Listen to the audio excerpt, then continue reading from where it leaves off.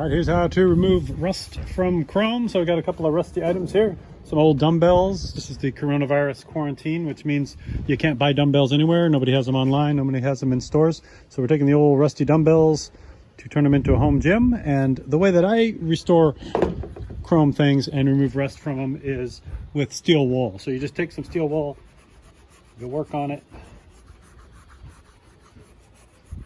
I'll probably fast forward to the end of it and show you how this ends up rather than making you watch me rub this and rub this and rub this. And then we'll compare this one to the previous one. But you can see it's starting to really come to life already.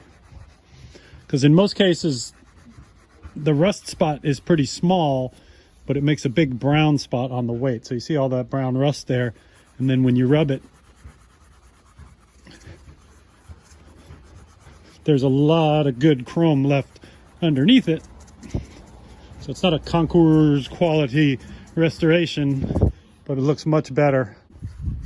After I've worked on this for a little while and rubbed all the rust off of it, this is actually a pretty good bicep workout too.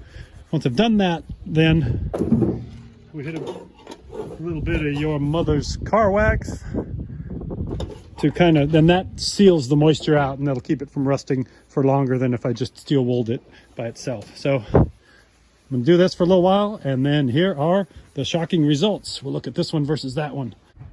All right, there's your before and after. So after came out pretty nice. It's not perfect. There's still some pitting. Like here, there's nothing you can do when the chrome's gone other than take the obvious rust off and shine it up. But when you compare that to that, you can see it makes a difference. It's worth doing for sure. So that's your easy 10-minute rust removal. Probably not good enough for a show motorcycle, but good enough for a set of dumbbells.